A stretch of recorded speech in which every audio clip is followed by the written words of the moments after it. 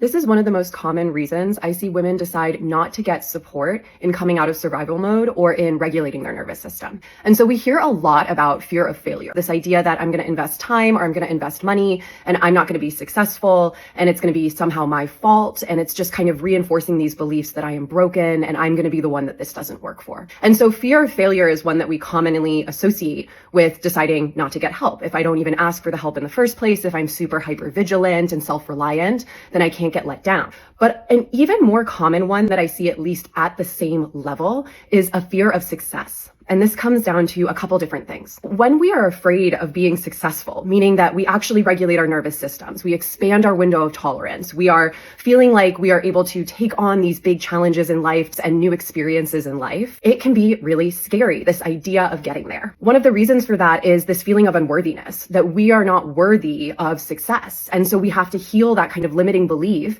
that tells us that success is not something that we're deserving of. Another piece of that is you've probably heard the phrase, right? Your nervous system will choose a familiar hell over an unfamiliar heaven. When we conceptualize the idea of success, which is really hard in survival mode, we're also thinking about something that is change. And even if it's positive change, change is still arguably the biggest threat to our nervous system, because the whole reason our nervous system exists is to support our survival and make sure it predicts what's coming next so that we can best set ourselves up to survive it. So if you are struggling with taking that leap to start to support your nervous system, I would encourage you to consider not only that fear of failure that we always hear about, but also that fear of success, and see how this might be playing out in your life and hindering you from taking those first steps to support yourself, because on the other side of this work is such an incredible life, and it can almost feel overwhelming to think that you might achieve that life in the end.